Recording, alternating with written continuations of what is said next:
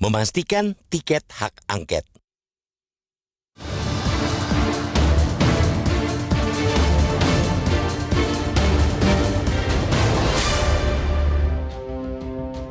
Masif dan sistematisnya dugaan kecurangan dalam pemilihan umum 2024 membutuhkan evaluasi dan koreksi yang menyeluruh serta mendalam. Tidak hanya lewat jalur sengketa hasil pemilu di Mahkamah Konstitusi, koreksi atas proses pemilu juga dibutuhkan melalui jalur politik.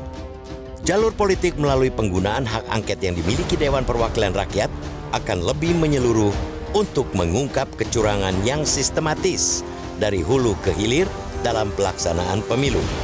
Pasalnya, proses sengketa di MK hanya berpatokan pada hasil-hasil rekapitulasi suara secara nasional yang ditetapkan oleh Komisi Pemilihan Umum. Sementara itu, sengketa terkait dengan proses pemilu bukan menjadi kewenangan MK. Sidang perselisihan hasil pemilihan umum atau PHPU di MK jelas tidak bisa untuk membongkar penyalahgunaan APBN untuk kepentingan elektoral, seperti yang diduga digunakan untuk menaikkan gaji ASN, kebijakan mengguyur dana bansos yang ditengarai untuk pemenangan kandidat di Pilpres, hingga dugaan cawe-cawe presiden di MK untuk memuluskan pencalonan anaknya, Gibran Rakabuming Raka. Kebijakan bansos yang menerabas undang-undang APBN seperti yang disampaikan calon wakil presiden Mahfud MD bisa menjadi pintu masuk kuat menjadi hak angket. Bekas Menko Polhukam tersebut menjelaskan, Undang-Undang APBN tahun anggaran 2024 sudah disahkan pada 16 Oktober 2023. Namun pada Desember 2023 ada perintah tambahan agar bansos tanpa mengubah Undang-Undang APBN 2024. Dengan bergulirnya hak angket akan menjadi momentum untuk menyelamatkan demokrasi. Upaya untuk mengevaluasi praktik berdemokrasi, apakah demokrasi akan kembali ke jalur yang tepat atau justru di ujung kematian, ialah ikhtiar yang butuh dukungan luas. Situasi ini mestinya menjadi perhatian partai politik.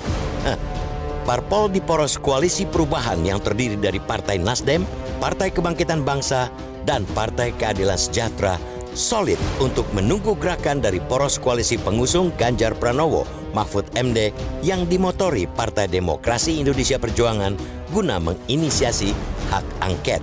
Pasalnya, tanpa gabungan dua poros koalisi ini, wacana pembentukan hak angket akan sulit berjalan mulus hingga tahap paripurna. Sikap koalisi perubahan tersebut dapat dimaklumi karena fraksi PDIP menempati posisi yang sangat strategis di parlemen. Ketua DPR RI pun dijabat Puan Maharani, politikus PDIP. Posisi strategis ini sangat menentukan apakah hak angket dapat disetujui di tahapan rapat paripurna DPR atau tidak. Menurut Undang-Undang Nomor 17 Tahun 2014 tentang Majelis Permusyawaratan Rakyat, Dewan Perwakilan Rakyat, Dewan Perwakilan Daerah, dan Dewan Perwakilan Rakyat Daerah atau MD3, usulan hak angket diterima apabila mendapatkan persetujuan dari rapat paripurna DPR yang dihadiri lebih dari setengah jumlah anggota DPR dan keputusan diambil dengan persetujuan lebih dari setengah jumlah anggota DPR yang hadir. Tahapan politik kedua itu seharusnya dapat berjalan mulus apabila partai pendukung koalisi Ganjar Mahfud dan koalisi perubahan solid.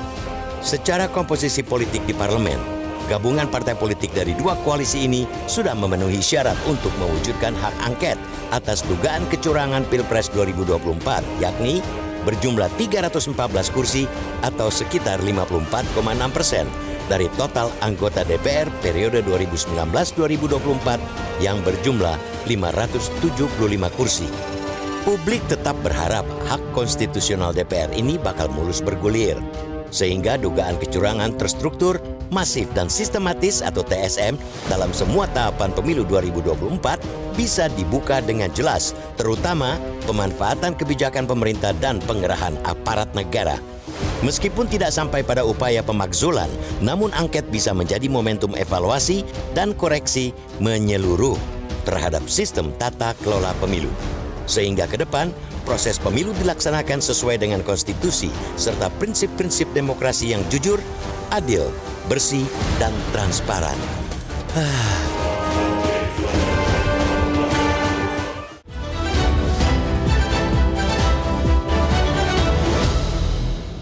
Jelajahi cara baru mendapatkan informasi. Download Metro TV Extend sekarang.